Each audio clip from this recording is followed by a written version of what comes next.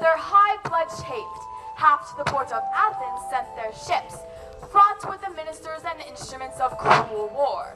60 and 9 that war, their crown is regal, from the Athenia Bay, put forth towards Phrygia, and their vow was made to ransack Troy, within whose strong immures the ravished Helen, Menelaus' queen, with wanton Paris sleeps, and that's the quarrel. To Tenedos they come, and the warlike fraughtage, and the deep drawling barks do their disgorge, their warlike fraughtage. Now on Thornden plains, the fresh and yet unbruised Greeks do pitch their prey pavilions. To Priam's six-gated city, intrigue the sons of Troy. All to tell you, fair beholders, that our play leaps o'er the vaunt and firstlings of those broils, beginning in the middle, starting thence away, to what may be digested in a play. Like or find fault, do as your pleasures are. Now good or bad, 'tis but the chance of war. Come hither, my varlet. I'll unarm here. Why should I war without the walls of Troy, which find such cruel battle here within? Every Trojan who is master of his fate, let him to the field. Troilus, alas, hath none. Will this gear ne'er be mended? The Grecians are strong and skillful to their strength. I, however, am weaker than a woman's tear, fonder than ignorance, tamer than sleep, as valiant as the virgin in the night, and as unskilled as unpracticed infancy. Well, I have told you enough of this. For my part, I'll not meddle nor make no further. He that will have a cake out of the wheat must needs tarry the grinding. Patience, what goddess ere she be, hath lesser blenched at sufferance than I. At Priam's royal table do I sit, and when fair Cressida comes to my thoughts, oh, traitor, when she comes, when is she thence? Well, she looked yesternight fairer than ever I saw her look. I was about to tell thee, Pandarus, whene'er my heart, as wedged with a sigh, would rive in twain, lest my father or my brother Hector should receive me, I have, as the sun doth light a storm, buried this sigh in the wrinkle of a smile. Yet such sorrow, couched in seeming gladness, is like that mirth fate turns to sudden sadness. And her hair were not somewhat darker than Helen's? Well, go to. There were no more comparison between the women. But for my part, she is my kinswoman. I would not, as they term it, praise her. But I would somebody had heard her talk yesterday as I did. I will not dispraise your sister Cassandra's wit. Pandarus, I tell thee, Pandarus, when I tell thee that there my hopes lie drowned, reply not at how many fathoms deep they lie entrenched. I tell thee, I am mad in Cressida's love. Thou sayest, she is fair, and pourest in the open ulcer of my heart her eyes, her hair, her cheek, her gait, her voice.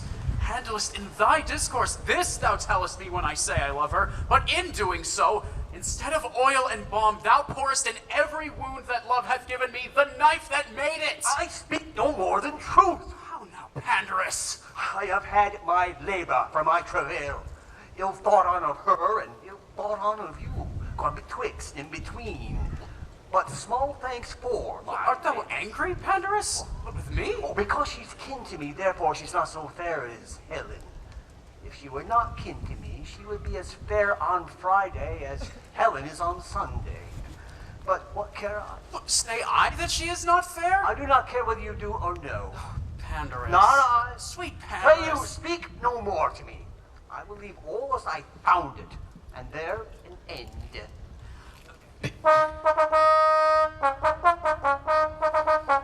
Peace, you ungracious clamors! Peace, rude sounds! Fools on both sides. Helen must needs be fair when with your blood you daily paint her thus. I cannot fight upon this argument. It is too starved a subject for my sword. But Pandarus, how you do plague me! I cannot come to Cressida but by Pandarus, and he is as tetchy to be wooed to woo as she is stubborn chaste against all suit.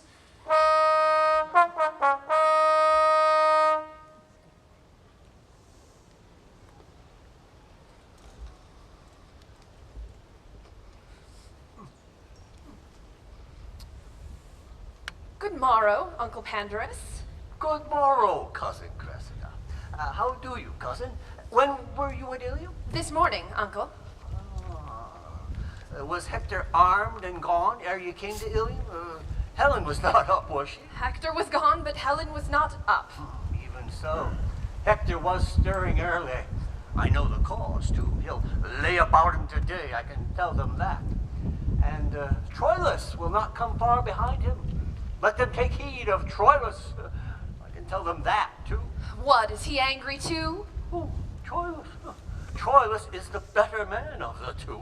Oh, Jupiter! There's no comparison. What? Not between Troilus and Hector? Do you know a man if you see him? I, if I ever saw him before and knew him. No. Hector is not a better man than Troilus. Excuse me. You have no judgment. Helen herself swore the other day that Troilus praised his countenance above Paris. I think Helen loves Troilus better than Paris. Then she's a merry Greek indeed. I think his smiling becomes him better than any man in all Phrygia. Oh, he smiles valiantly. Does he not? Oh, yes. And 'twere a cloud in autumn. What? Don't do that. But to prove to you that Helen loves Troilus... Troilus will stand to the proof if you'll prove it so. Troilus? Why, he esteems her no more than I esteem an addle egg. If you love an addle egg as well as you love an idle head, you would eat chickens in the shell. Well, cousin, I told you a thing yesterday. Think on it. So I do. Hark! They're coming from the field. Shall we stand here and see them as they pass toward the enemy? Oh, goodness, come. Sweetness, Cressida. At your pleasure. Here we may see most bravely. Mark Troilus above the rest as they pass. Oh, that's Aeneas. Is not that a brave man? He's one of the flowers of Troy, I can tell you. But mark Troilus, you shall see anon. Oh, that's Hector. Go thy way, Hector. There's a brave man, niece. Oh, a brave man. Hey, yonder comes Paris. Look yonder, niece. Is not a gallant man too, is not? But where could see Troilus now? Look now, 'tis Troilus. There's a man, niece. Him, brave Troilus, the prince of chivalry. Mark him, note him. Oh, brave Troilus. Look well upon him, niece. Look you how his sword is bloodied and his helmet hacked more than Hector's, and how he looks and how he goes. Go thy way, Troilus, go thy way. Had I a sister were a grace, or a daughter a goddess, he should take his choice. There is among the Greeks Achilles, as brave a man as Troilus. Achilles, a drayman, a porter, a very camel. Well, well. Well, well. Ha! My niece, have you discretion? Have you eyes? Do you know what a man is? It is not birth, beauty, discourse, learning, gentleness, virtue, and such like, the spice and salt that season a man. Aye, a minced man. And then, to be baked with no date in the pie, for then the man's date's out. You are such a woman. One knows not at what ward you lie. Upon my back to defend my belly, upon my wit to defend my wiles, upon my secrecy to defend my honesty, my mask to defend my beauty, and you to defend all these.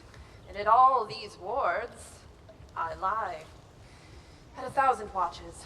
Oh, say one of your watches. Nay, I'll watch you for that.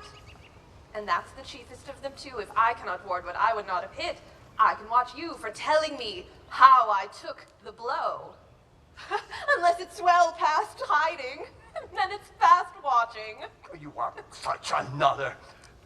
Fare ye well, good niece. Adieu, uncle. I'll be with you, niece, by and by. To bring, uncle? Aye, a token from Troilus. Oh, by that same token, you are a bawd.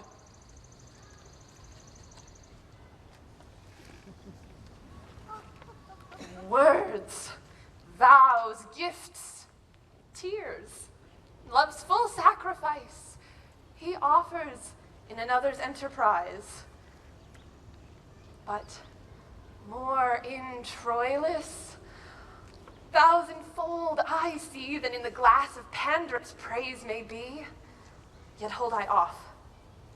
Women are angels wooing. Things won are done. Joy's soul lies in the doing. That she, beloved, knows not that knows not this. Men prize the thing ungained more than it is. That she was never yet, that never knew love got so sweet as when desire did sue. Therefore, this maxim out of love I teach. Achievement is command. Ungained, beseech. Then though my heart's content firm love doth bear, nothing of that shall from mine eyes appear.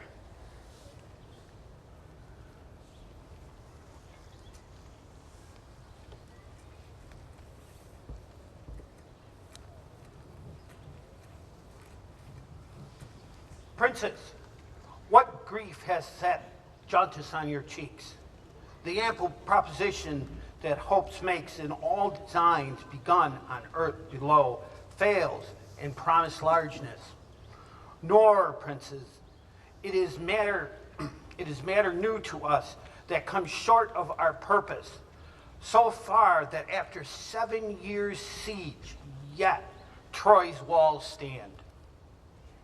Sith every action that has gone before in fortune's love, for then the bold and the coward, the wise and the fool, the artist and the unread, the hard and the soft seem all unfinned and kin.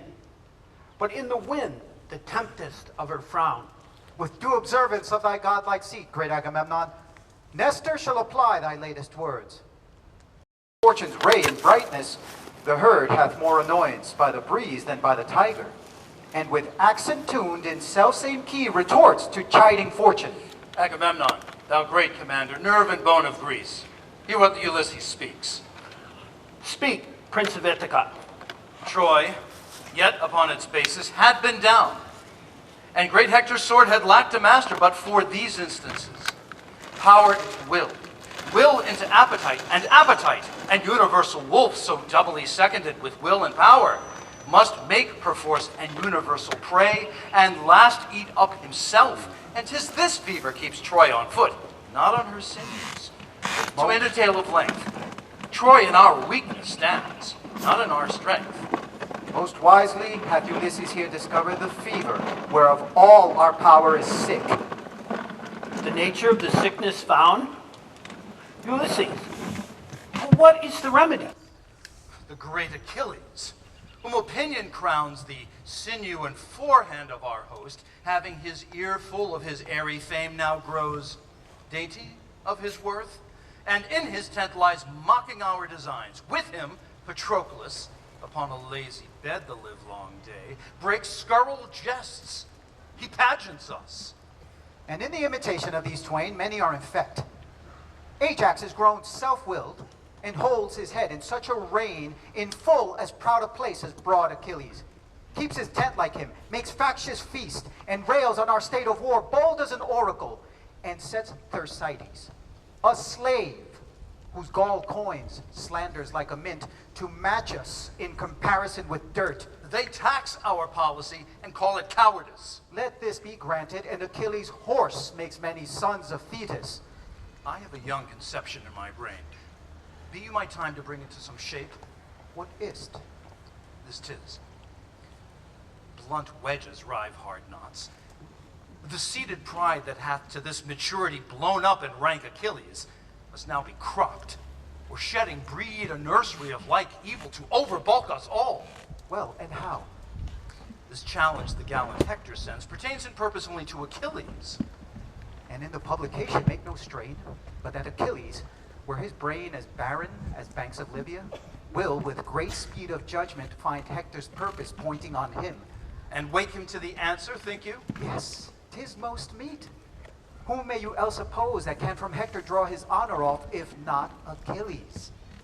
He that meets Hector issues from our choice, and choice makes merit her election, and doth boil, as for from us all, a man distilled out of our virtues. Therefore, Achilles must not meet Hector. never do consent that Hector shall meet Achilles, for both our honor and our shame in this are dogged by two strange followers. I see them not with my old eyes. What are they? Achilles already is too insolent. Yet by device, let blockish Ajax draw the sword to fight with Hector. Give him allowance for the better man. If the dull, brainless Ajax comes safely off, we'll dress him up in voices. If he fail, yet go we under our opinion still that we have better men. But hit or miss, our project's like this sense of shape assumes. Ajax employed, plucks down Achilles' plumes. Ulysses, now I begin to relish thy advice, and I will give a taste of it forthwith to Agamemnon. Go we to him straight.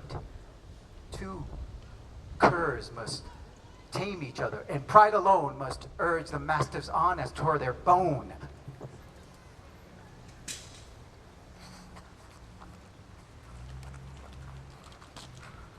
Thersites! Agamemnon, how if he had boils and full all over generally?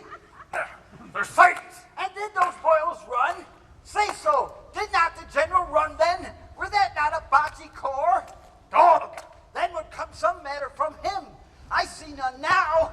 Thou bitch wolf son, canst thou not hear? Feel then. Thy plague of Greece. Speak, then, speak! I will beat thee in handsomeness. I shall pseudo rail thee into wit and holiness. Thou canst strike, canst thou? Toadstool, learn me the proclamation. Dost thou think I have no sense, thou strikest me thus? The proclamation? Thou art proclaimed a fool, I think. Do not, Porpentine, do not. My fingers itch. I would thou didst itch from head to foot, and I had discretion to thee. I would make thee the loathsomest scab in Greece. I say, the proclamation! Thou grumblest and railest on Achilles at every hour, but thou art so full of envy at his greatness that thou barkest at him. You whore son cur! I do.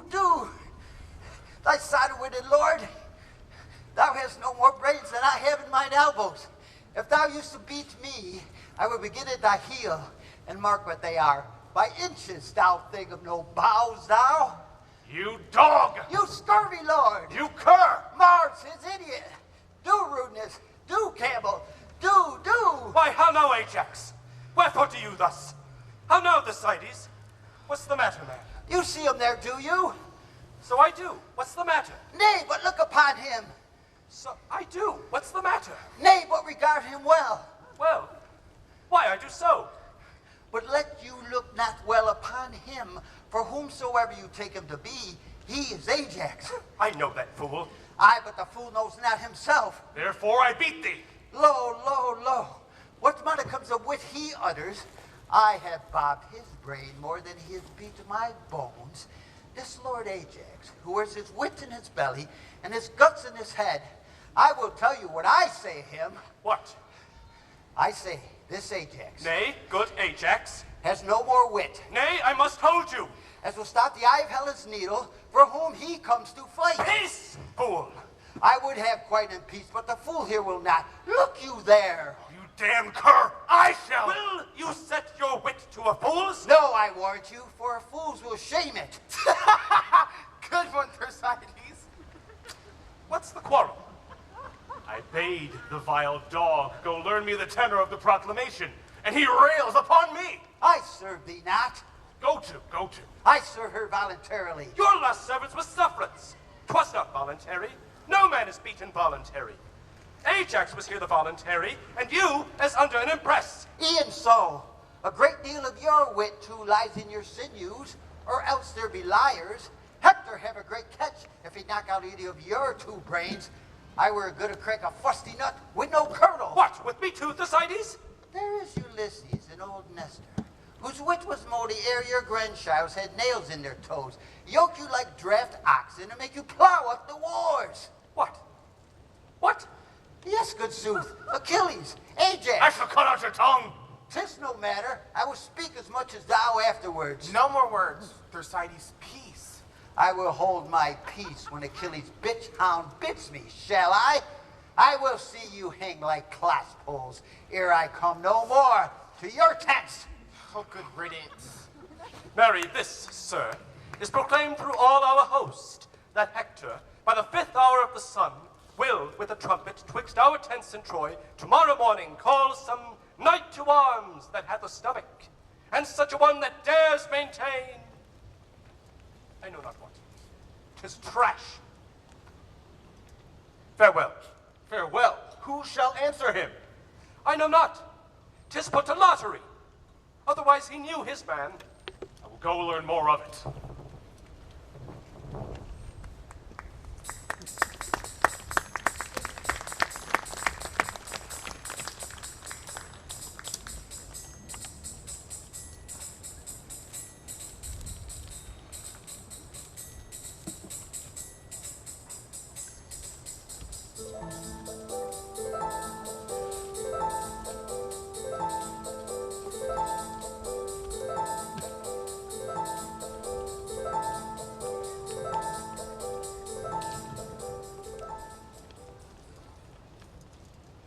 After so many hours, lives, speeches spent, thus, once again, says Nestor from the Greeks, deliver Helen. And all damage else, as honor, loss of time, travail, expense, wounds, friends, and what else dear that is consumed in hot digestion of this gluttonous war, shall be struck off. Hector, what say you to it? Though no man lesser fears the Greeks than I, as far as toucheth my particular, yet the wound of peace is surety. Surety secure. Let Helen go. And since the first sword was drawn about this question, every tithe soul hath been as dear as Helen. Fie, brother, for godly shame. Weigh you the worth of a king as our dread father in a scale of common ounces? No marvel, though you bite so sharp at reasons, you are so empty of them. Well, here are your reasons. You know an enemy intends you harm, you know a sword employed is perilous, and reason flies the object of all harm. Brother, she is not worth what she doth cost the holding. But what is aught but as 'tis valiant? But value dwells not in particular will. I take today a wife, and my election is led on in the conduct of my will. Though my will distaste what it elected, the wife I chose, why, it was thought meet Paris should do some vengeance upon the Greeks. Cry! What noise? What shriek is this? It is our mad sister. I know her voice. Cry! Trojan! And his Cassandra. Cry, Trojans, cry! Lend me 10,000 dies, and I will fill them with prophetic tears. Peace, sister, peace. Virgins and boys, mid-age and wrinkled elder, soft infancy that nothing canst but cry. Add to my clamors, let us pay betimes the moiety of that mass of moan to come. Cry, Trojans, cry, practice your eyes with tears. Troy must not be, nor goodly Iliad stand. Our firebrand brother Paris burns us all. Cry, Trojans, cry, back Helen into woe. Cry, cry. Troy must not be, or else let Helen go. Now, youthful Troilus, do not these high strains of divination in our sister work some touches of remorse? Nor is your blood so madly hot that no discourse of reason, nor fear of bad success in a bad cause can qualify the same. Hector, brother, we may not view the act of each act just, nor once but event doth form it, nor once deject the courage of our minds, because Cassandra's mad. For my own part, I'm no more touched than all of Priam's sons. Else might the world convince of levity as well my undertakings as your counsels. But I attest the gods, your full consent gave wings to my propension, and cut off all fears attending on so dire a project. Paris should ne'er retract what he hath done, nor faint in the pursuit. Paris, you speak like one besotted on your sweet delights. You have the honey still, but these the gall. So to be valiant is no praise at all. Sir, I propose not merely to myself the pleasure such a beauty brings with it. I would have the soil of her fair rape wiped off in honorable keeping her. Where Helen is the subject, then I say well may we fight for her whom we know well. The world's large stages cannot parallel. Paris and Troilus, you have both said well. And on the cause and question now at hand have glows, but superficially. Not much unlike young men, whom Aristotle thought unfit to hear moral philosophy. These reasons, you allege, do more conduce to the passion of distempered blood. For pleasure and revenge have ears more deaf than adders to the voice of any true decision. There thou touchest the life of our design. I would not wish another drop of Trojan blood spilled in her defense, but, worthy Hector, she is a theme of honor and renown, for the which brave Hector, I presume, would never give up such advantage upon the forehead of this action for the wide world's revenue. I am yours, you valiant offspring of great Priamus. I have a roisting challenge sent among the Don and factious nobles of the Greeks. Will strike amazement to their drowsy spirits. I was advertised that their great general slept, whilst emulation in their army crept.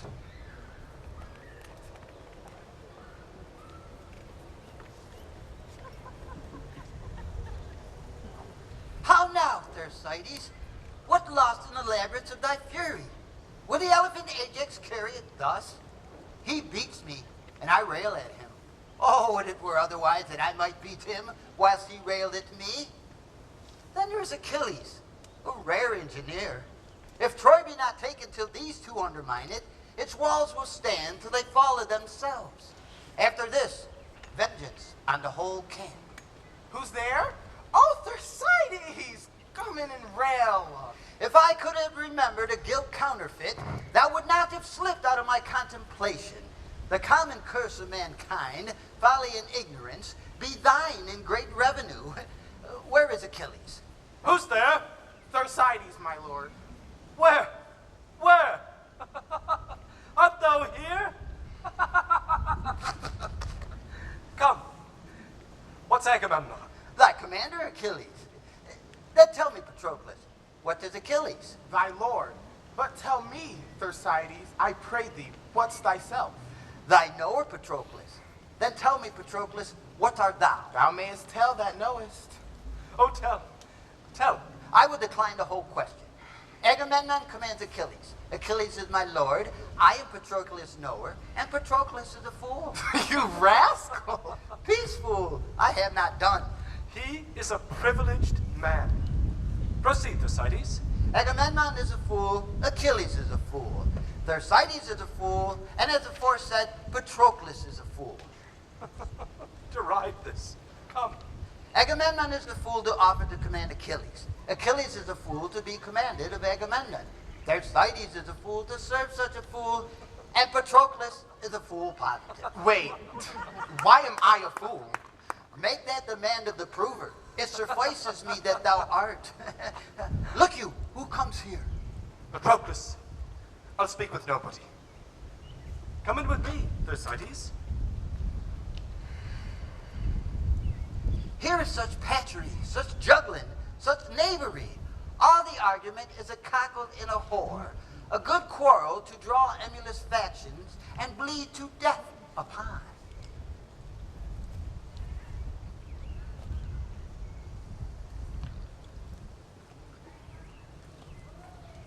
Where is Achilles? Within his tent, but it is disposed, my lord. Let it be known to him that we are here. I shall say to him. We saw him at the opening of his tent. He is not sick. Yes, lion sick, sick of proud heart. You may call it melancholy if you will favor the man, but by my head, 'tis pride. But why? Let him show us the cause. A word, my lords? What moves Ajax thus to bay at him? Achilles hath inveigled his fool from him. Who, Thersites? He. Then will Ajax lack matter if he have lost his argument. The wisdom that, the amity that wisdom knits not, folly may soon untie. Here comes Patroclus. No Achilles with him. Well, the elephant hath joints, but not for courtesy. His legs are legs for necessity, not for pleasure. Achilles bids me say, he is much sorry, and if anything more than your sport and pleasure did move your greatness to this noble state of time to call upon him. Hear you, Patroclus. We are too well acquainted with these answers. But this evasion, winged the swift, with scorn cannot outfly our apprehensions. Go and tell him we come to speak with him, and you shall not sin if you say we think him overproud and under-honest. Go and tell him. Tell him so. I shall, and bring an answer back presently.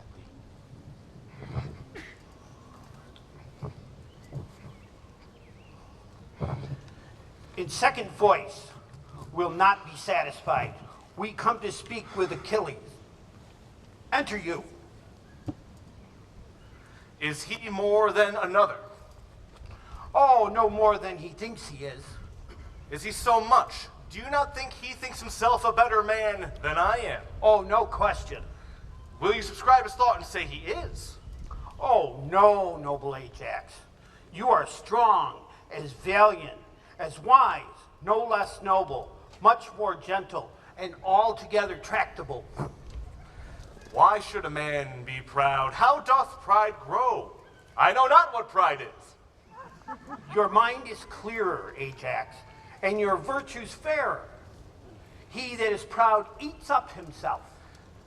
I do hate a proud man, as hate the engendering of toads. And yet he loves himself.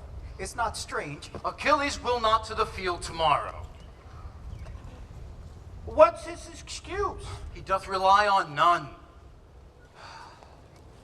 Why will he not, upon our fair request, untent his person and share the air with us? Things small as nothing, for request's sake only he makes important. Possessed he is with greatness, and speaks not to himself but with a pride that quarrels itself breath.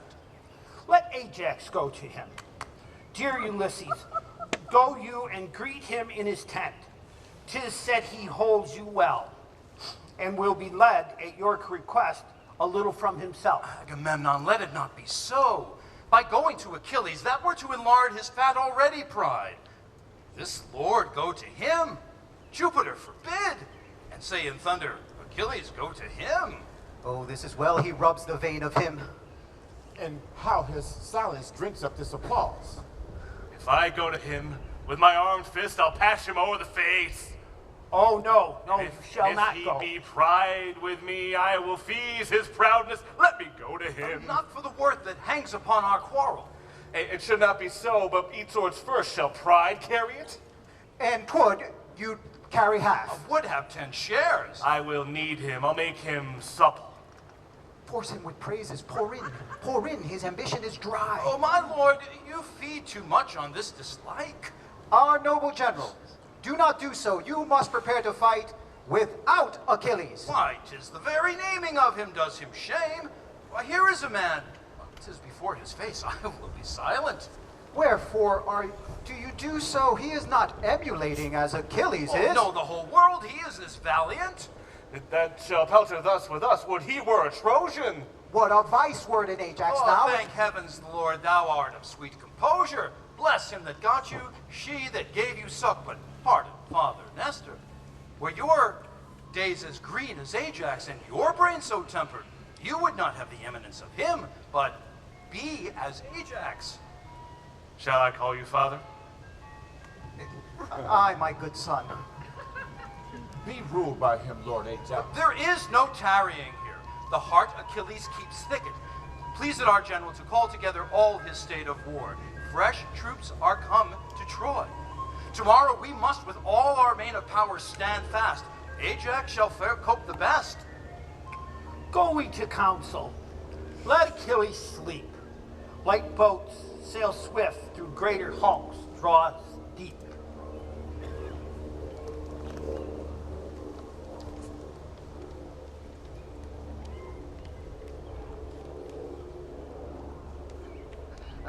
Fair be to you, my lord, and to all this fair company. Fair desires in all fair measure fairly guide them, especially to you, fair queen. Fair thoughts be your fair pillow. Fair lord, you are full of fair words. You speak your fair pleasure, sweet queen. Fair prince, here is good broken music. You have broke it, cousin, and by my life, you shall make it whole again. You shall piece it out with a piece of your performance. Lady, he is full of harmony. Truly, lady, no rude, in truth, very rude. I have business to my lord, dear queen. My lord, will you vouchsafe me a word? Nay, this shall not hedge us out. We will hear you sing, certainly. Well, sweet queen, you are pleasant with me. But marry thus, my lord. My dear lord and most esteemed friend, your brother My Troilus. lord, Pandarus. Honey, sweet lord. Go to, sweet queen. You shall not bob us out of our melody. Sweet queen, that's a sweet queen of faith. And to make a sweet lady sad is a sour offense. Nay, that shall not serve your turn in truth. Nay, I care not for such words. No, no. And my lord, he desires you that if the king call for him at supper, you will make his excuse. My lord, Pandarus. What says my queen, my very, very sweet queen? What exploits in hand? Where sups he tonight? Nay, but my lord. What's this, my sweet queen? My cousin will fall out with you. You must not know where he sups. I'll lay my life with my disposer, Cressida.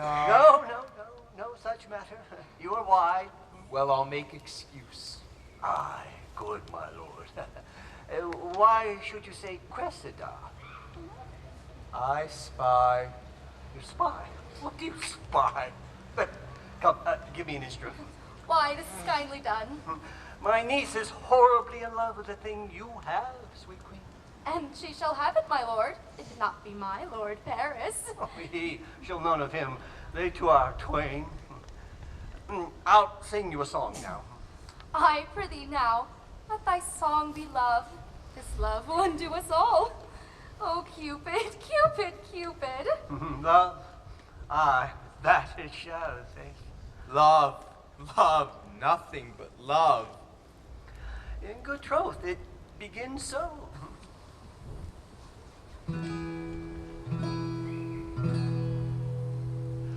Love, nothing but love, still more.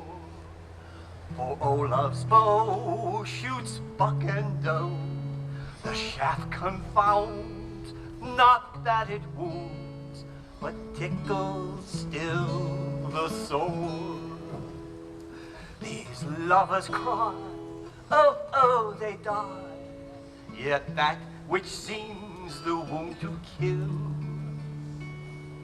doth turn, oh, to ha.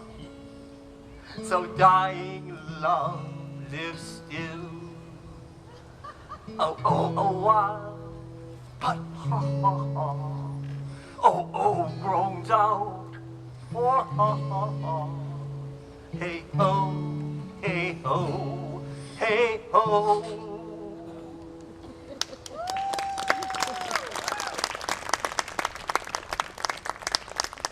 Love and faith to the very tip of the nose. He eats nothing but doves, love, and that breeds hot blood. And hot blood begets hot thoughts. And hot thoughts begets hot deeds.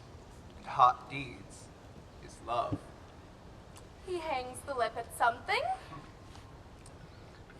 You know all, Lord Pandarus. Not I, honey, sweet queen.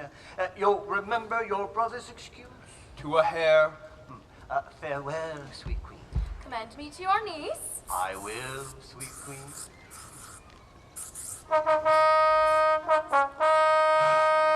They're come from field. Let us to Priam's hall to greet the warriors. Sweet Helen, I must woo you to help unarm our Hector. His stubborn buckles with these your white enchanting fingers touch shall more obey than to the edge of steel or force of Greekish sinews. Shall do more than all the island kings to disarm great Hector. 'Twill make us proud to be his servant. Yet, what he shall receive in duty gives us more palm and beauty than we have. Sweet lady, above all thought I love thee.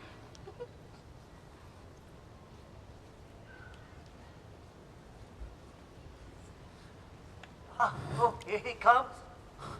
How now? Sirrah, walk off. Have you seen my cousin? No, Pandarus. I stalk about her door like a strange soul upon the Stygian bank, staying for waftage. Oh, Pandarus, from Cupid's shoulders pluck his painted wings and fly with me to Cressida. Walk here in the orchard. I'll bring her straight. I'm giddy. Expectation whirls me around. The imaginary relish is so sweet it enchants my sense. What shall it be, I wonder, when the watery palate doth indeed taste love's nectar? She's making ready. She'll come straight. You must be witty now. I'll fetch her. It is the prettiest villain. She fetches her breath as short as a new-tamed sparrow. Even now, such a passion doth embrace my bosom. My heart beats thicker than a feverous pulse, and all my powers do their bestowing lose, like unwary vassalage before the eye of majesty. Come, come.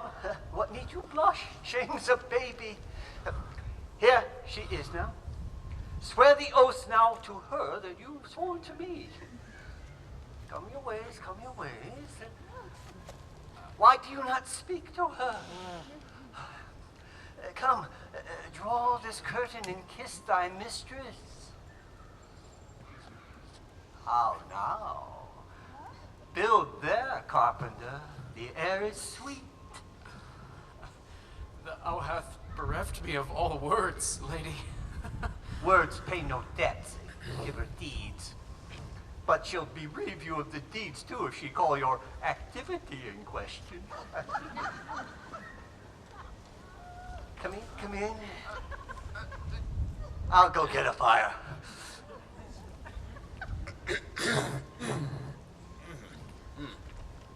Will you walk in, my lord?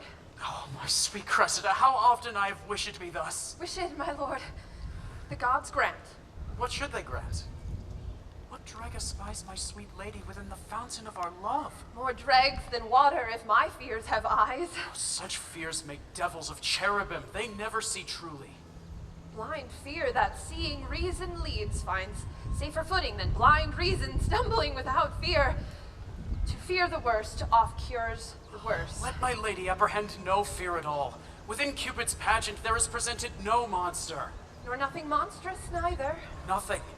When we vow to weep seas, live in fire, eat rocks, and tame tigers, thinking it harder for our mistress to devise some difficulty than to undergo any difficulty imposed. This is the monstrosity in love, lady. That the will is infinite, yet the execution confined. That the desire is boundless, and yet the act a slave to limit.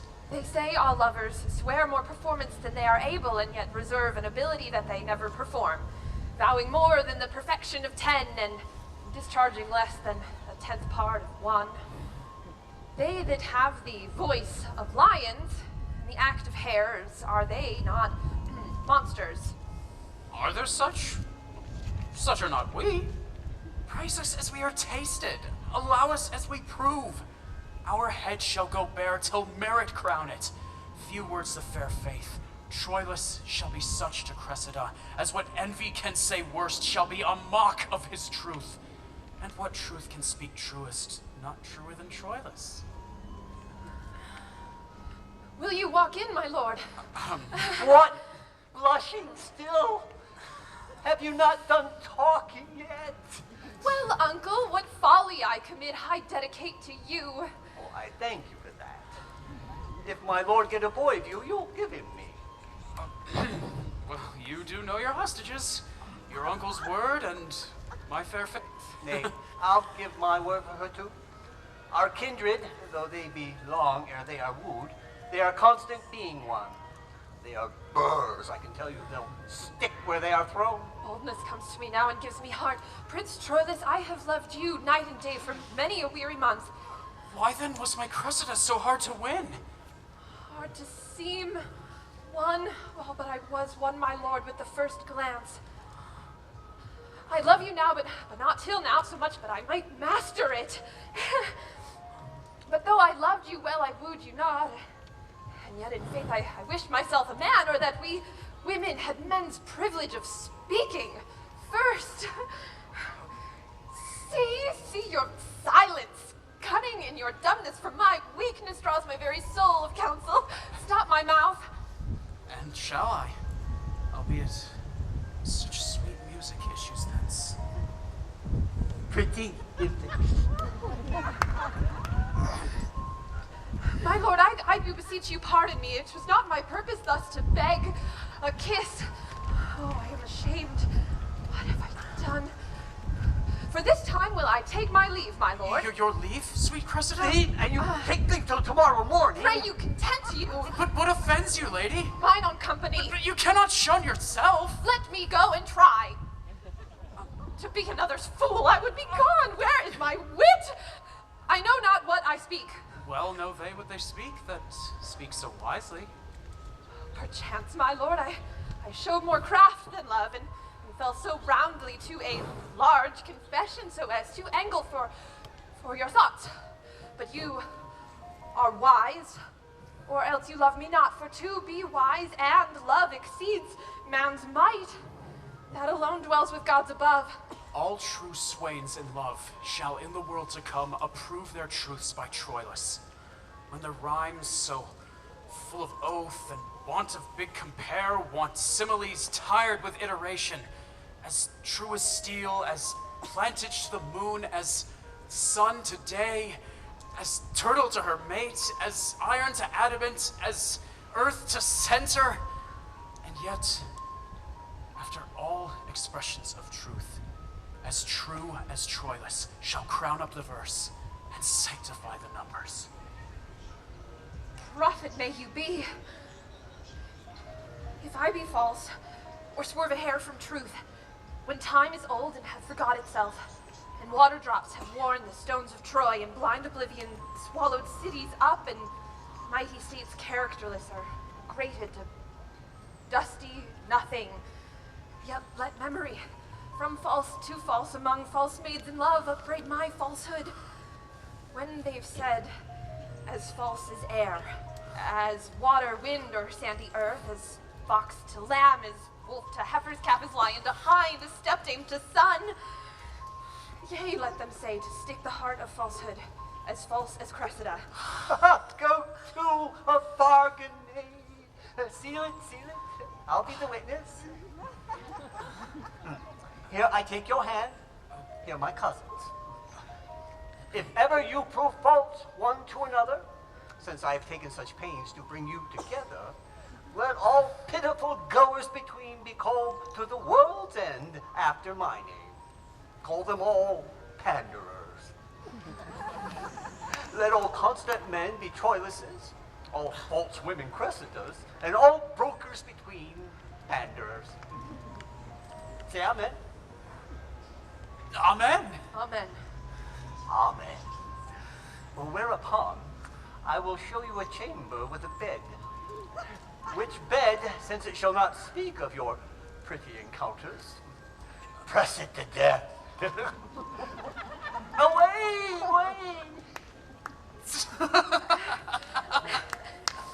And Cupid grant all tongue-tied maidens here bed, chamber, panderers to provide this year.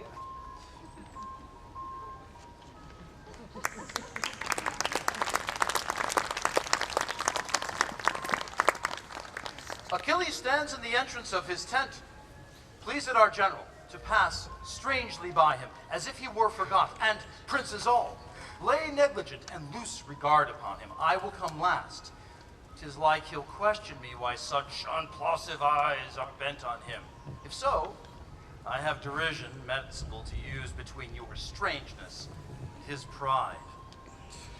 We'll execute your purpose and put on strangeness as we pass along. So, to each lord, and either greet him not, or else disdainfully, which shall make him more than if he'd look on. I will lead the way. What? Comes the general to speak with me? You know my mind. I'll fight no more against Troy. What says Achilles? Will ye aught for us? Will you, my lord, aught with the general? No! Nothing, my lord. The better. What, does the cuckold scorn me? Oh no, Patroclus! Good morrow, Ajax. Eh? Good morrow. Aye, and the next day too. What mean these fellows? Know they not Achilles? They pass by strangely. They use their smiles before them to Achilles to come as humbly as they used to creep the holy altars. What? Am I poor of late? 'Tis certain greatness, once fallen out with fortune, must fall out with men too! What the declined is, he shall as soon read in the eyes of others as feel in his own fall! For men, like butterflies, fortune and I are friends. I do enjoy at ample point all that I did possess, save these men's looks, who do, methinks, find out something not worthy in me, such rich beholdings as they have often given. Here is Ulysses. I'll interrupt his reading. How now, Ulysses? Ah, how great Thetis' son. What are you reading? Oh, a strange fellow here writes me. I do not strain at the position, but at the author's drift, who in his circumstance expressly proves that no man is lord of anything. I was much rapt in this and apprehended immediately the unknown Ajax. What a man is there. Now shall we see tomorrow Ajax renowned. Gods, what some men do, while others leave to do. Why, even now they clap Ajax on the shoulder as if his foot were on great Hector's breast, and great Troy shrieking. I do believe it. For they passed by me as misers do by beggars. What, have my deeds forgot? Well, time hath my lord a wallet at his back, a great-sized monster of ingratitudes. Those scraps are good deeds past, devoured as soon as they are made, forgot as soon as done. The present eye praises the present object. Well, then marvel not, thou great man, that all the Greeks begin to worship Ajax, since things in motion sooner catch the eye than what not stirs. The cry went once on thee, and yet it may again, if thou wilt not entomb thyself alive, and case thy reputation in thy tent. Of this my privacy, I have strong reasons. Against your privacy, the reasons are more potent and heroical. 'Tis known, Achilles, you are in love with one of Priam's daughters. Known. Is it a wonder? There is a mystery in the soul of state that hath an operation more divine than breath or pen can give expression to. Farewell, my lord. I, as your lover, speak. The fool slides o'er the ice that you should break. To this effect, Achilles, have I moved you? A woman's impudent and mannish grown is not more loathed than an effeminate man in time of action. They think my little stomach to war, and your great love to me, restrains you thus. Sweet, rouse yourself, be shook to air. Shall Ajax fight with Hector? Aye, and perhaps receive much honor by him. I see my reputation is at stake. My fame is shrewdly gored. Oh, then beware. Those wounds heal, ill that men do give themselves. Go call Thersites hither, sweet Patroclus. I'll send the fool to Ajax, and desire him to invite the Trojan lords after the combat, to see us here unarmed. I have a woman's longing to see great Hector in his weeds of peace, to talk with him, and to behold his visage. A labor saved! A wonder! What? Ajax goes up and down the field asking for himself. How so? He must fight singly tomorrow with Hector, and is so prophetically proud of an heroical curriculum that he raves in saying nothing. How can that be? Why, he struts up and down the field like a peacock. The man is undone. For if Hector break not his neck in combat, he will break it himself in vain glory. Thou shalt be my ambassador to him, Thersites. Who, I? Why, he will answer nobody. I will put on his presence. Let Patroclus make demands to me. You shall see the pageant of Ajax. To him, Patroclus, tell him I humbly desire the valiant Ajax to invite the most valorous Hector to come unarmed to my tent, and to procure safe conduct for his person of the magnanimous and most illustrious and honored Captain General of the Grecian army, Agamemnon. do this.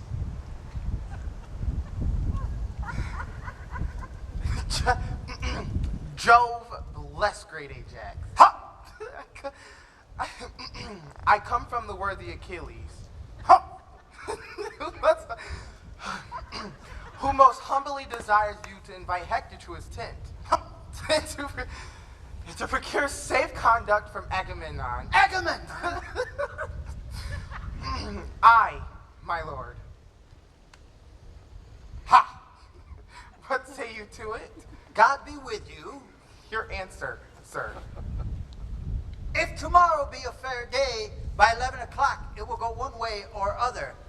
Howsoever, he shall pay for me ere he has me. Your answer, sir. Fare you well. Why, but he is not in this tune, is he? No, but he is out of tune thus. What music be in him when Hector knock out his brains? I know not. Come, thou shalt bear a letter to him straight. Let me bear another to his horse, for that is a more capable creature. My mind is troubled, like a fountain stirred, and I myself see not the bottom of it. Would the fountain of his mind be clear again, that I might water an ass at it? I would rather be a tick and a sheep than such a painful ignorance.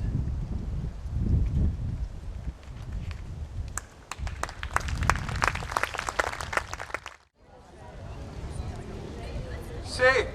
Oh, who is that there? Good morrow. The valiant Greek. Aeneas told how Diomedes did haunt him in the field. The winner of the Diomedes embraces. Our bloods are now calm and so long health. But when contention meets occasion by Jove, I'll be the one to play the hunter for thy life, with all my force pursue policy. This is the most despiteful gentle greeting, the noblest hateful love that e'er I heard of. Come, let's have your company. Or haste there before me. My brother Troilus lodges there tonight. I fear we shall be much unwelcome. And tell me, noble Diomedes, tell me true, even in the soul of sound good fellowship, who in your thoughts merits fair Helen best, myself or Menelaus? Both alike.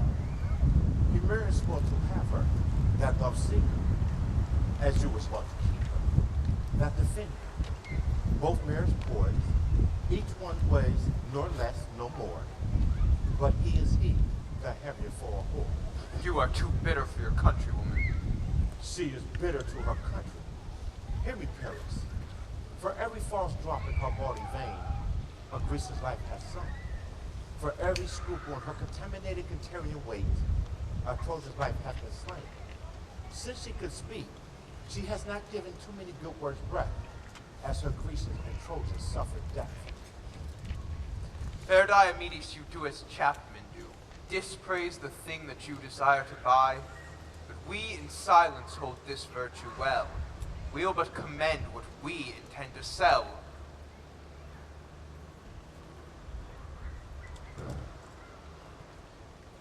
Dear, trouble yourself not. The morn is cold. Then, sweet my lord, I'll call mine uncle down. He shall unbolt the gate. Trouble him not. To bed. To bed. Good morrow, then. I prithee, to bed. Are you aweary of me? Cressida, but that the busy day hath waked the lark that hath roused the ribald crows. Night shall hide our dreaming joys no longer. I would not from thee. It hath been too brief. Prithee, tarry. Men will never tarry. Foolish Cressida, I might have still held off, and you would have tarried. Hark, there's one up. What? All the doors open here? It is your uncle. Pestilence on him. Now will he be mocking? You should have such a life. How now? How now? How go maidenheads? Here, you maid. Where's my cousin Cressida? Oh, go hang yourself, you not mocking uncle. You bring me to do and then flout me. To do what? To do what? Let her say what? What have I brought you to do? Did not I tell you when you were knocked to the head? Ugh. Is that a door? Could uncle go and see? My lord Troilus, come you again into my chamber. You smile and mock me as if I meant naughtily. Come, you are deceived. I think no such thing. How earnestly they ring. Come on. What not for half Troy have you seen here?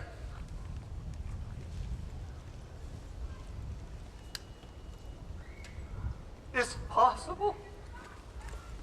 No sooner got, but lost.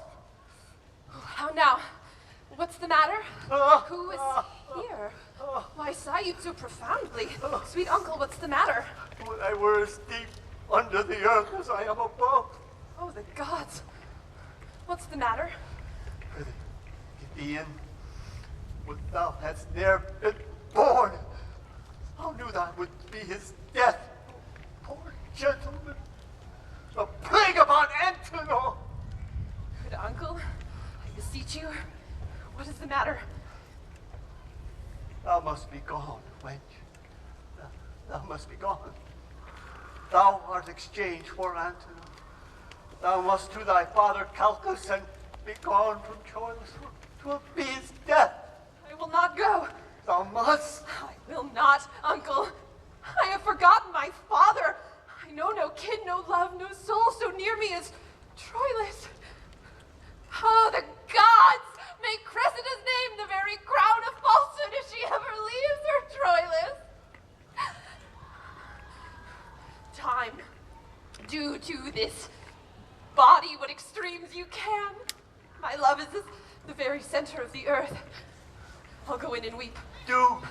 Tear my hair and scratch my cheeks, crack my clear voice with sobs, and break my heart with sounding Troilus. I will not go from Troy.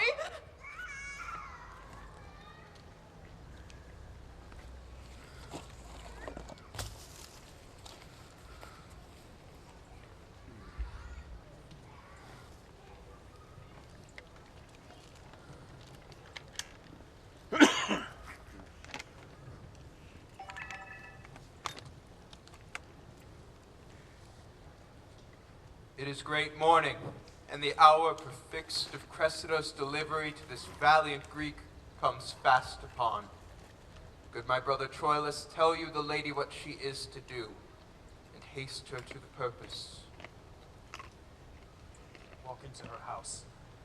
I'll bring her to the Grecian presently, and when to his hand I deliver her, think it an altar, and thy brother Troilus, priest offering to it his own heart. I know what 'tis to love, and what as I shall pity I could help. Please you lead in, my lord.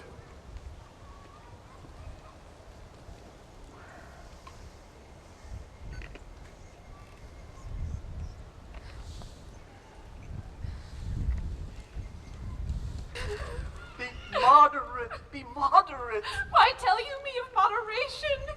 The grief is fine, full perfect, that I taste, and violent in a sense as strong as that which causeth it. How could I moderate it?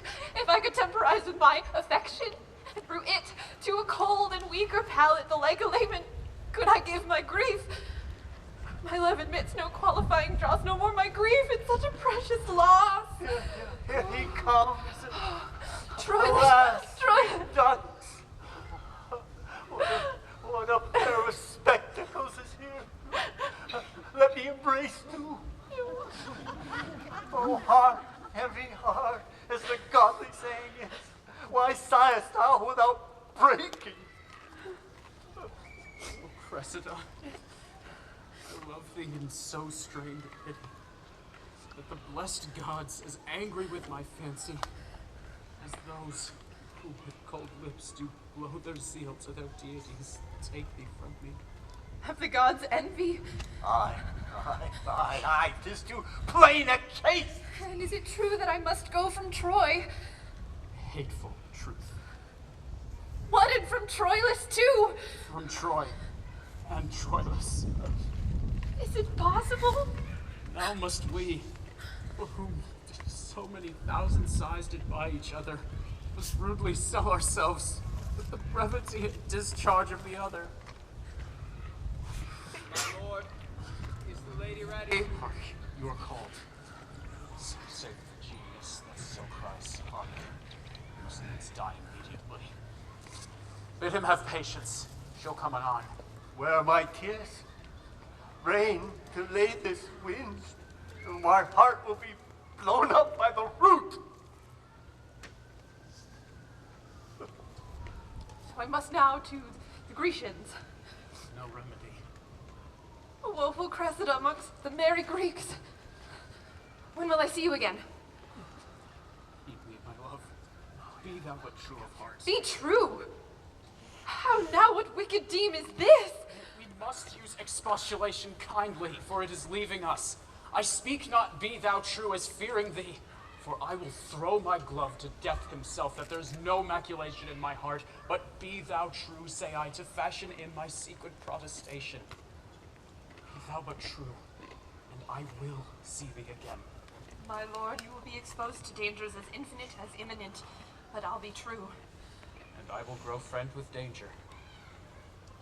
Here, wear you this sleeve. And you, this glove. When will I see you? I will corrupt the Grecian sentinels to give thee nightly visitation. But yet be true. Heavens, be true again! Hear me while I speak it, love. The Grecian youths are full of quality. They're loving, well composed with gifts of nature, and flowing and swelling o'er with arts and exercise. Oh, a kind of godly jealousy makes me afeard. Troilus, you love me not. Die I a villain then! I do not call your faith in question so mainly as my own merit. I cannot sing, nor heal the high vault, nor sweeten talk, nor play at subtle games, fair virtues all to which the Grecians are prompt and present. But I tell thee, within each of these said virtues lurks a dumb, still discoursive devil that tempts most cunningly, but be not tempted. Do you think I will? No! Something may be done which we will not. Sometimes we are devils to ourselves when we will tempt the frailty of our powers, presuming upon their changes. Come. Kiss. Let us part. Brother Troilus! Come hither, brother. My lord, will you be true? I? Alas, it is my vice, my fault. Whilst others may fish for great compare and great opinion, I do but catch mere simplicity. While some with cunning do gild their copper crowns, I with great truth do wear mine bare. Fear not my truth, for the moral of my wit is plain and true. There's all the age of it. Welcome, Sir Diomedes. Here is the lady which for Antenor we deliver you. At the port, fair Greek, I will give her to thee, and by thy way possess thee what she is, and treat her fair. By my soul, if e'er thou find'st thyself at mercy of my sword, name Cressida, and thy life shall be safe as Priam is in Iliad. Fair Cressida, so please me. Save the thanks this prince expects. The lust in your eyes, heaven in your cheeks, please your fair uses, and to Diomedes be mistress, and command of hope. Fair Grecian lord, thou dost use me most unkindly, shaming the zeal of my petition to thee and praising her. I tell thee, Lord of Greece, she is as far high soaring o'er thy praises as thou unworthy to be called her servant. I charge thee, use her well, even for my charge. By the dreadful Pluto, if thou dost not, though the great bulk Achilles be thy guard, I'll cut thy throat. Be not moved, Prince Troilus. Let me be privileged by my place and message, and to be a speaker free. When I am hence, I answer to my lust, and to her own worth shall she be prized. But that you say, be it so, I speak in my spirit and honor, no. Come to the port. I tell thee, Diomedes, this brave shall oft make thee to hide thy head. Lady, Give me your hand. And as we walk, then we ourselves were a needful talk.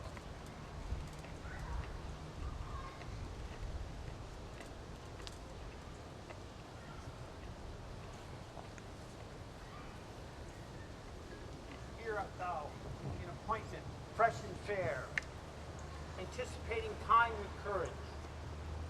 Give with thy trumpet a loud note to Troy, thou dreadful Ajax, and the appalled air may pierce the head of the great combatant and hail him hither. Thou trumpet, there's my purse. Now crack thy lungs and split thy brazen pipe. Blow, villain, till thy spherid, biased cheek outswell the colic of puffed Aquilon. Come, stretch thy chest, and let thy eyes spout blood. Thou blowst for Hector! No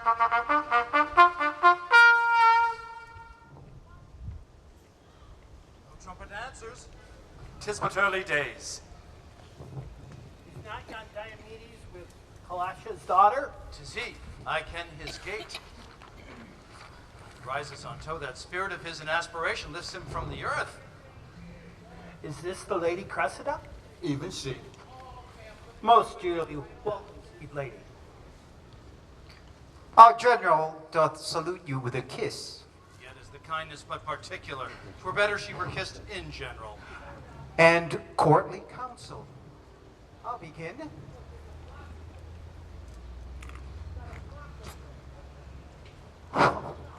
So much for Nestor.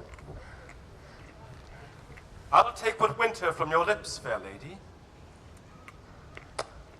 Achilles bids you welcome. I had good argument for kissing once. But that's no argument for kissing now. This pot Paris in his argument parted thus, you in your argument. No, deadly call and theme of all our scorns, for which we lose our heads to gild his horns. First was Menelaus' kiss. This, mine. Patroclus kisses you. Oh, this is trim. Paris and I kiss evermore, friend. I'll have my kiss now, sir.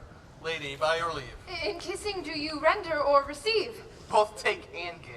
I'll make my match to live.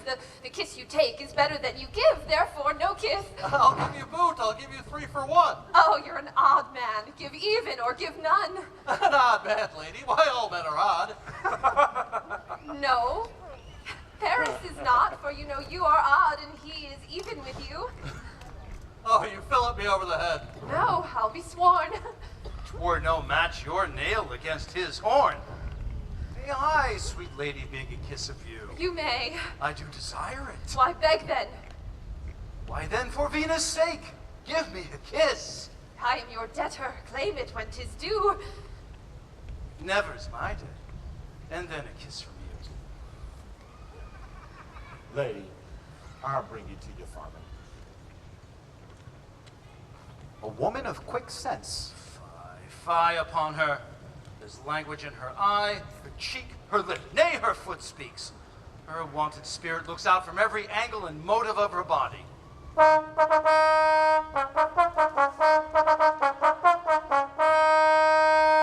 Trojan's trumpet. Yonder comes the troops. They are opposed already. What Trojan is that? Same that looks so heavy.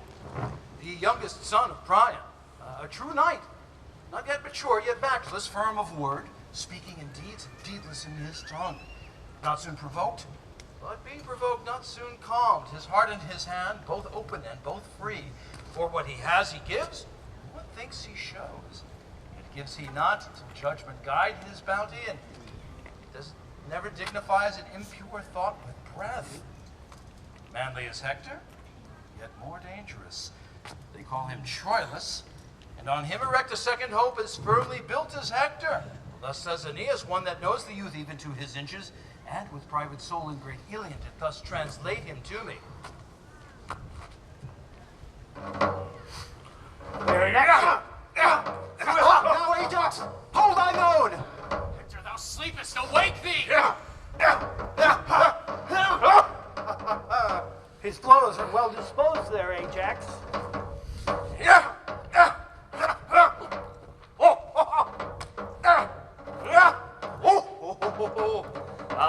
warm yet. Let us fight again. Why, then will I no more. You are, great lord, my father's sister's son, a cousin to great Priam's seed. The obligation of our blood forbids a gory emulation twixt us twain. Wert thou commixtion Greek and Trojan, so that thou couldst say, this hand is Grecian all, and this all Trojan, the sinews of this leg all Greek, and this all Troy? By Jove multipotent, thou shalt not bear from me a Greekish member, wherein my sword did that impression made of our rank feud. But let me embrace thee, Ajax. By him that thunders, thou hast lusty arms. Hector would have them fall upon him thus. Cousin, all honor to thee. I thank thee, Hector. Thou art too gentle and too free a man. I came to kill thee, cousin, bear hence a great addition earned in thy death. The issue is embracement. Ajax, farewell. If I may in entreaties find success, I would desire my most famous cousin to our Grecian tents. Call my brother Troilus to me, and signify this loving interview to the expectors of our Trojan part. Desire them home. Give me thy hand, cousin. I will go eat with thee and see your knights. Great Agamemnon comes to meet us here. The worthiest of them tell me name by name, but for Achilles, mine own searching eyes will find him by his large and portly size. Worthy of arms, as welcome as to the one of such an enemy, but that no welcome, understand more clear. What's past and what's to come is strewed with husk and formless rune of oblivion. So with most divine integrity, from heart of very heart, great Hector, welcome. I thank thee, most imperious Agamemnon. My well-famed lord of Troy, no less to you. Let me confirm my princely brother's greeting, you brace of warlike brethren. Welcome hither. Who must we answer? Mark not that I affect the untraded oath. Your quondam wife swears still by Venus's glove. She's well, but bade me not commend her to you. Name her not now, sir. She's a deadly theme. I have, thou gallant Trojan, seen thee oft, laboring for destiny, make cruel way through ranks of Greekish youth. I have seen thee, as hot as Perseus, spur thy Phrygian steed. I have seen thee pause and take thy breath when that a ring of Greeks have hemmed thee in, like an Olympian wrestling. This have I seen, but this thy countenance, still locked in steel, never saw till now. I knew thy grandsire, and fought with him once. He was a soldier good, but by great Mars, captain of us all, never saw like thee. Let an old man embrace thee. And, worthy warrior, welcome to our tents. Well, let me embrace thee, good old chronicle, who has so long walked hand in hand with time. Most reverend Nestor, I am glad to clasp thee. Would that my arms could match thee in contention as they contend with thee in courtesy. I would they could. Oh, by this dagger, I'd fight with thee tomorrow. Well, welcome. I have seen the time. I wonder now how yonder city stands when we have here her base and pillar by us. I know your favor, Lord Ulysses, well. Sir, there's many a Greek and Trojan dead since last I saw yourself, and Diomedes and Ilion on your Greekish embassy. Sir, I foretold you then what would ensue. My prophecy's but half his journey, yet when yonder walls that pertly front your town, yon towers, whose wanton tops do bust the clouds, must kiss their own feet. I must not believe you. There they stand yet, and modestly. The fall of every Phrygian stone will cost a drop of Grecian blood. The end crowns all, and that old common arbitrator time will one day end it. So to him we leave it. Most valiant and most gallant Hector, welcome. After the general, I beseech you next to feast with me, and see thee at my tent. I shall forestall thee, Lord Ulysses. Now, Hector, I have fed mine eyes on thee. I have with exact view perused thee, Hector, and quoted joint by joint. Is this Achilles? I am Achilles. Stand fair, I pray thee. Let me look on thee. Behold thy fill. Nay, I have done. Thou art too brief. I will the second time. as I would buy thee, view thee, limb by limb. Oh, like a book of sport, thou read me o'er. But there's more in me than thou understandst. Why dost thou so oppress me with thine eye? Tell me, ye heavens, in which part of his body shall I destroy him? Whether there, or there, or there, that I may give the local wound a name, and make distinct the very breach whereout Hector's great spirit flew. Answer me! It would discredit the gods, proud man, to answer such a question. Stand again, think'st thou to catch my life so pleasantly as to prenominate in nice conjecture where thou wilt hit me dead? I tell thee, yea! Wert thou an oracle to tell me so, I'd not believe thee. Henceforth, guard thee well, for I'll not kill you there, nor there, but by the forge that started Mars his helm, I'll kill thee everywhere. Yea, o'er and o'er. You wisest Grecians, pardon me this brag. Do not chafe thee, cousin. And Achilles, let these threats alone till accident or purpose bring you to it. I pray you, let us see you in the field. We have had pelting wars since you refused the Grecians' cause. Dost thou entreat me, Hector? Tomorrow do I meet thee, fell as death. Tonight, all friends. Thy hand upon that match? First, all you peers of Greece, go to my tent. There in full convoy we afterwards, as Hector's leisure and your bounties shall concur together, severely entreat him. Beat loud the tambourines, let the trumpets blow, that this great soldier may his welcome know. I beseech you, my lord Ulysses, tell me, in what place of the field doth Calchas keep? At Menelaus' tent, most princely Troilus. There Diomedes doth feast with him tonight, and gives all gaze and bent of amorous view on the fair Cressida. Will the sweet lord be bound enough to bring me thither? You shall command me, sir. As gentle tell me, of what honor was this Cressida in Troy? Had she no lover there that wails her absence? Oh, sir, to such a boasting show of scars a mock is due. Will you walk on, my lord? She was beloved, and she loved. She is and doth. Such sweet love is food for fortune's tooth. Stand where the torch may not discover us. Cressida comes for him. How now, my charge? Now, my sweet guardian, hark, a word with you. What did you swear you'd bestow on me? Thee do not hold me to mine oath, bid me do anything but that, sweet Greek. Good night. Patience! Hold now, Trojan.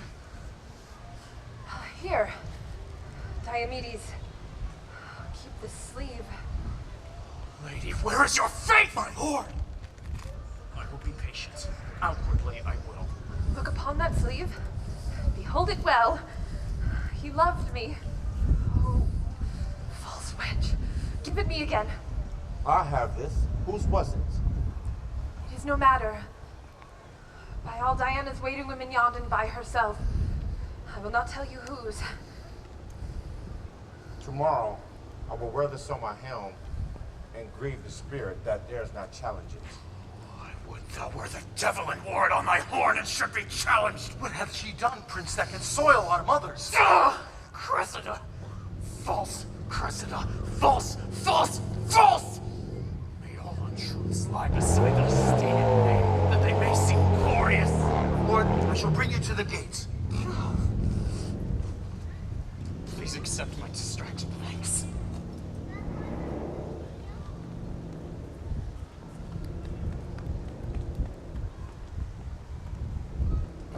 I'll heat his blood with Greekish wine tonight, with which my scimitar will cool tomorrow. Patroclus, let us feast into the height. Here comes Thersites. How now, thou core of envy, thou crusty batch of nature? What's the news? Why, thou picture what thou seemest, an idol of idiot worshippers, a letter for thee. From whence, fragment? Why, thy full dish of fool from Troy. Who keeps the tent now? The surgeon's box or the patient's wound. Well said, adversity, and what needs these tricks? Prithee, be silent. I profit not by thy talk. Thou art thought to be Achilles, male varlet. You rogue! What's that? Why, his masculine whore. Why, thou damnable box of envy, what meanest thou to curse thus? Do I curse thee? I know, you ruinous butt, you whoresome indistinguishable cur. No. No? Then why art thou then aspirate, that idle, immaterial sleeve of sleeve silk? Thy tassel of a prodigal's purse, thou? Oh, how the poor world is pestered with such water flies. Outgall. Fitchegg. My sweet Patroclus, I am thwarted quite for my great purpose in tomorrow's battle. Here is a letter from Queen Hecuba, both taxing me and gauging me to give an oath that I have sworn. I will not break it. Fail Greeks, fail fame, honor or go or stay, my major vow lies here. This I'll obey. Come, Thersites, help to trim my tent. This night in banqueting must all be spent. With too much blood and too little brain, these two may run mad.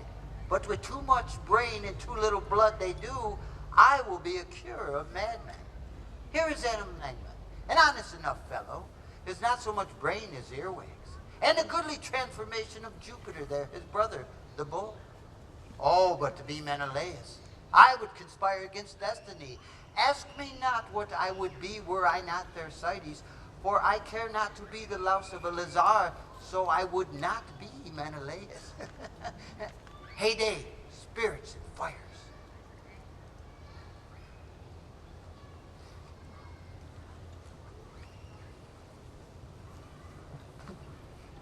We go wrong. We go wrong. No. Yonder 'tis, there, where we see the lights. I trouble you? No, not a whit. He comes himself to guide you. Welcome, brave Hector. Welcome, princes all. So now, fair Prince of Troy, I bid good night. Ajax commands the guard to tend it to you. Thank you, and good night to the Greeks general. Good night, my lords. Good night, sweet Lord Menelaus. Sweet draught, sweet quoth I, sweet sink, sweet sewer. Good night and welcome, both at once, to those that go or tarry. Good night. Come into my tent. That saved Diomedes, a false-hearted rogue, a most unjust knave. I no sooner trust him when he leers than I do a serpent when he hisses. They say he keeps a Trojan drab and uses the trade of calculus tent. I will after. Nothing but lechery, all incontinent varlets. Where is my brother Hector? Oh, bid my trumpet sound. No, it's a sally for the heavens, sweet brother. Be gone. The gods have heard me swear. The gods are deaf to hot and peevish vows. They are polluted offerings, more abhorred than spotted livers in the sacrifice. It is the purpose that makes strong the vow, but vows to every purpose must not hold. Unarm, Hold sweet you Hector. still, I say. Mine honor keeps the weather of my faith. Lie every man holds dear, but the brave man holds honor far more precious dear than life. How now? Young man, meanst thou to fight today? No, faith, good Troilus, unarm thee. Let grow thy sinews till their knots be strong, and tempt not yet the brushes of the war. Unarm thee, brave boy, I'll stand today for thee and me and Troy. Brother, thou hast a vice of mercy in thee, which better fits a lion than a man. What vice is that, good Troilus? Whene'er the captive Greek have fallen, even by wind and fan of your fair sword, you bid them rise and live. Oh, 'tis fair play. For the love of the gods, let's leave the hermit pity with our mothers. And when we have our armors buckled on, venomed vengeance ride upon our swords, spur them to truthful work, and spurn them from truth. Troilus, I would not have you fight today. Who should withhold me? Not fate, Not obedience, not the fiery hand of Mars truncheon my return should stop my way, nor you, my brother, with your true sword drawn, should stop me, but mine own ruin. Lay hold upon him, Priam.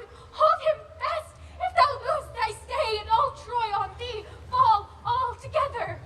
Come, Hector, come. Go back. Thy mother hath dreamed. Thy wife hath had visions. Cassandra doth foresee, and I myself am like a prophet, suddenly enwrapped to tell thee that this day is ominous. Go back. I am engaged to many Greeks, even in the faith of valor, to appear this morning to them. Aye, but thou shalt not go. I must not break my faith.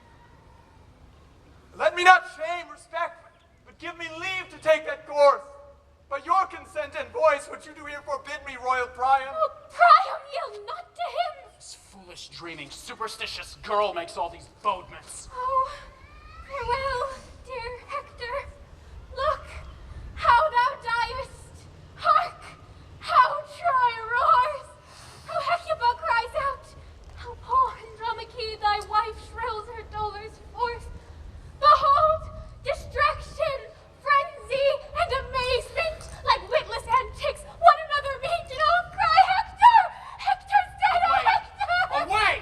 Oh, farewell, Hector, yet soft, take my leave, thou dost thyself in all our Troy deceive. You are amazed, my liege, at her exclaim? Go in, cheer the town, wheel forth and fight.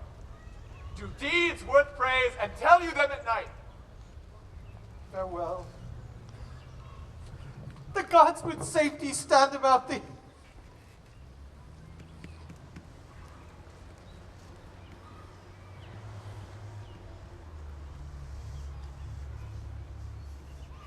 Hark, they're at it. Oh, brave Diomedes, believe. I come to lose my arm or win my sleeve. Do you hear, my lord? Do you hear? What now? Here's a letter come from yon poor girl. Let me read. Horse on physic, horse on rascally physic so troubles me, and the foolish fortune of this girl I cannot tell what to think of. What says she there? Words. Words, mere words, no matter of the heart. The effect doth operate another way. Fair wind, go and turn direction. My love with words and errors still she feeds, but edifies another with her deeds.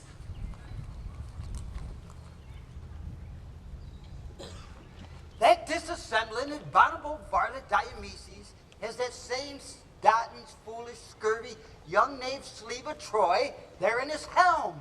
Soft, here comes sleeve and the other. Fly not, for shouldst thou the river Styx take, I would swim after thee. Thou dost, miscall retire. I do not fly, but a miscellaneous care withdrew me from the eyes of multitude. Have at thee! Hold thy whore, Grecian! Now for thy whore, Trojan! Now to sleeve! Now to sleeve!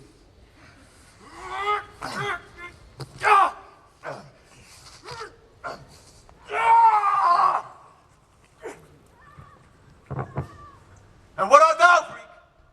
Art thou for Hector's match, or thou of blood and honor? No, a scurvy railing knave, a filthy rogue. I do believe thee. Live. God have mercy, thou wilt believe me, but a plague break thy neck for frightening me. What has become of those wretched rogues? I believe they may have swallowed one another. Ha! I would laugh at that miracle. But in a sort, lechery eats itself. I will seek them.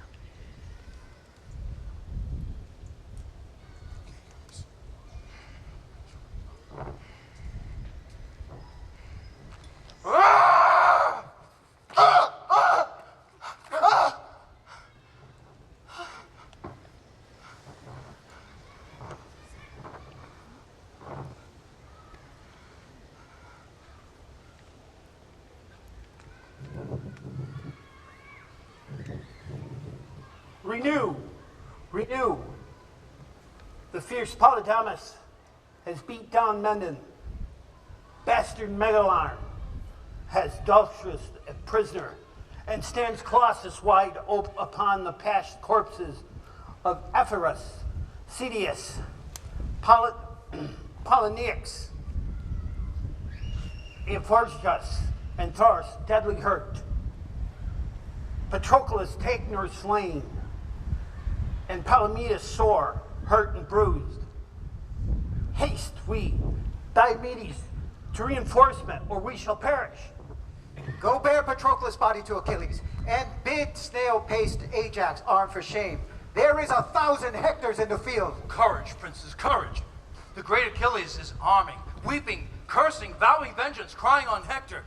Ajax hath lost a friend, and foams at mouth, and he is armed and at it, roaring for Troilus, who hath done today mad and fantastic execution, engaging and re-engaging of himself with such forceless care and careless force, as if that luck bade him win all. Troilus! Thou coward Troilus! So we draw together. Where is this Hector? Come! Come, thou boy queller! Show thy face! Know what it is to be Achilles angry! Hector! Where's Hector? I will none but Hector! Troilus! Thou coward Troilus! Show thy face! Troilus! Where's Troilus, I say? Troilus! What wouldst thou? I would correct him. Were I the general, thou should have my office there that correction. Troilus, I say! What Troilus? Traitor Diomedes! Turn and show thy true face, and payest me the life thou owest me for my horse! Ha! Art thou there? I will fight with him alone. Stand, Diomedes. He is my prize. I will not look upon. Come, both you cogging Greeks, have at thee both!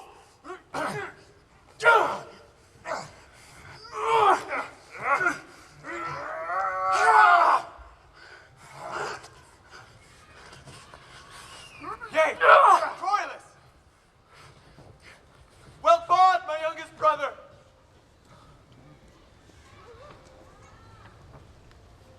Now do I see thee. Ah! Achilles! I do disdain thy courtesy, proud Grecian. Be happy that my arms are out of use. My rest and negligence befriends thee now, but thou shalt hear of me again anon. Till when go seek thy fortune? Ajax hath Aeneas ta'en. Shall it be? And I'll be ta'en too, or else bring him off. Fate, hear me what I say. I reck not, though I end my life today. Stand! Stand, Greek! Thou art a goodly mark! No, thou not! I like thy armor well. I'll thrush it and unlock the rivets all, but I'll be master of it. Wilt thou not, beast, abide? Well, then fly on, I'll hunt thee for thy hide. Most putrefied core, so fair without. Thy armor has cost thy life.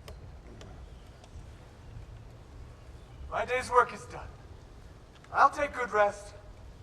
Breathe sword. Thou hast had thy fill of blood and death.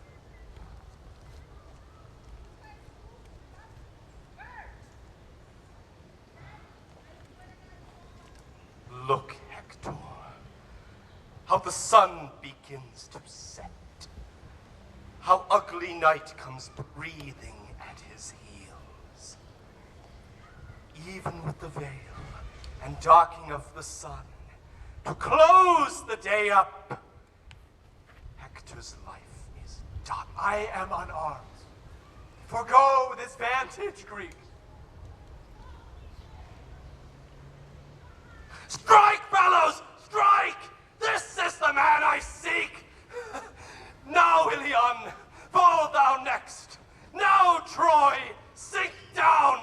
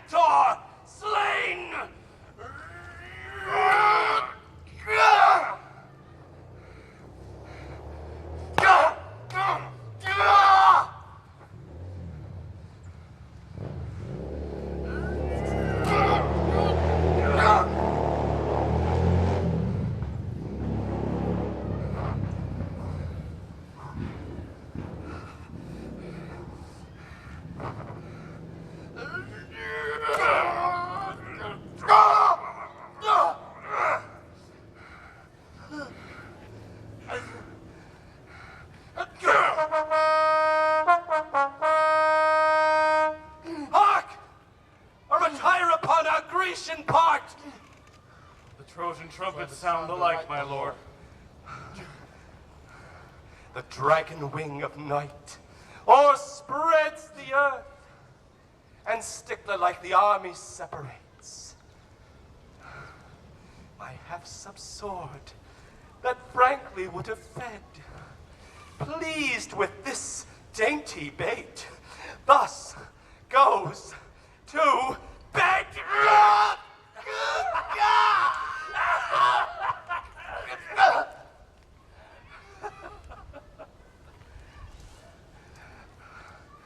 Come, tie his body to my horse's tail. Along the field I will this Trojan trail.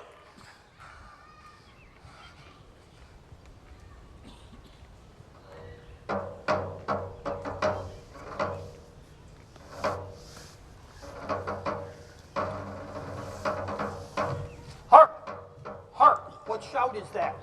Achilles! Achilles! Hector slain! Achilles! If it be so, if Regulus let it be. Great Hector was as good a man as he. March patiently along. Let one be sent to pray Achilles see us at our tent. If in his death the gods have us befriended, great Troy is ours, our sharp wars are ended.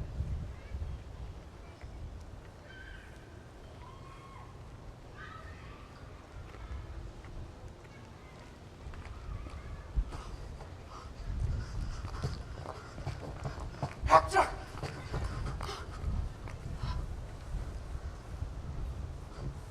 Hector is slain. Hector?